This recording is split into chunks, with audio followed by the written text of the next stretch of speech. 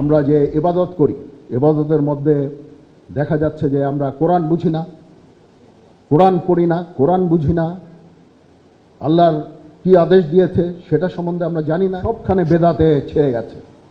এগুলো থেকে বের হয়ে আসতে হবে। একটা সুস্থ সমাজ, ইসলামিক সমাজ আমরা চাচ্ছি। মধ্যে ইসলামিকের এডুকেশনের কোনো ভ্যালুজ নাই, আবার ইসলামিক এডুকেশনের মধ্যে দেখা যাচ্ছে যে মডার্ন এডুকেশনের কোনো কিছু নাই।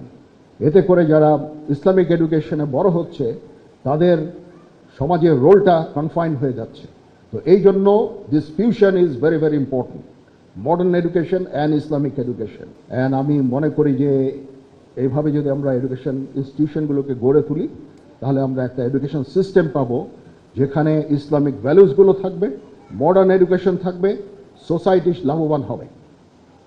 সেই উদ্দেশ্যে এই ইনস্টিটিউশনগুলো ক্রিয়েট করা।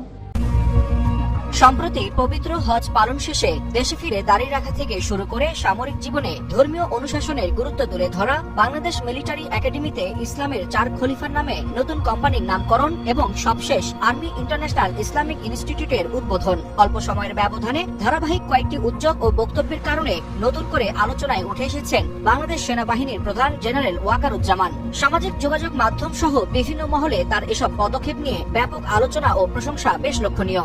সোমবার সকালে রাজধানীর জলশিরি আবাসন প্রকল্পে আর্মি ইন্টারন্যাশনাল ইসলামিক ইনস্টিটিউটের উদ্বোধন করেন জেনারেল ওয়াকারুজ্জামান। উদ্বোধনী বক্তব্যে তিনি বলেন, এই প্রতিষ্ঠানের লক্ষ্য হল ইসলামী মূল্যবোধ ও আধুনিক শিক্ষার সমন্বয়ে নৈতিক, সুশৃঙ্খল ও আন্তর্জাতিক মানসম্পন্ন নাগরিক গড়ে তোলা। একই অনুষ্ঠানে ভিডিও কনফারেন্সের মাধ্যমে দেশের আরো 7টি অঞ্চলে আর্মি ইন্টারন্যাশনাল ইসলামিক ইনস্টিটিউটের শাখা ভিত্তিপ্রস্তর উন্মোচন করেন সেনাপ্রধান।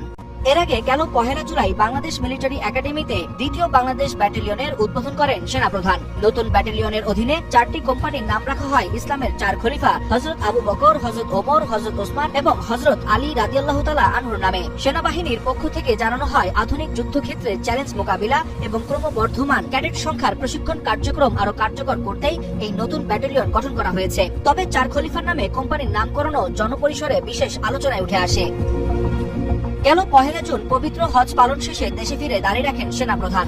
এরপর সামাজিক যোগাযোগ মাধ্যমে তার নতুন এই উপস্থিতি নিয়ে নানা প্রতিক্রিয়া দেখা যায়। চট্টগ্রামের ভাটিয়ারীতে বাংলাদেশ মিলিটারি একাডেমির 90তম দীর্ঘমেয়াদী কোর্সের রাষ্ট্রপতি কুচকাওয়াজে সেনাপ্রধান বলেন, সামরিক জীবনে ধর্মীয় মূল্যবোধ, নৈতিকতা ও শৃঙ্খলাবোধ অত্যন্ত গুরুত্বপূর্ণ। তিনি নবীন কর্মকর্তাদের উদ্দেশ্যে বলেন, দেশের স্বাধীনতা ও সার্বভৌমত্ব রক্ষার দায়িত্ব পালনের পাশাপাশি সততা, নৈতিকতা, পেশাদারিত্ব এবং ধর্মীয় অনুশাসন মেনে চলতে হবে। আর তার এই বক্তব্য সামাজিক যোগাযোগ মাধ্যমে ব্যাপক আলোচনার জন্ম দিয়েছিল।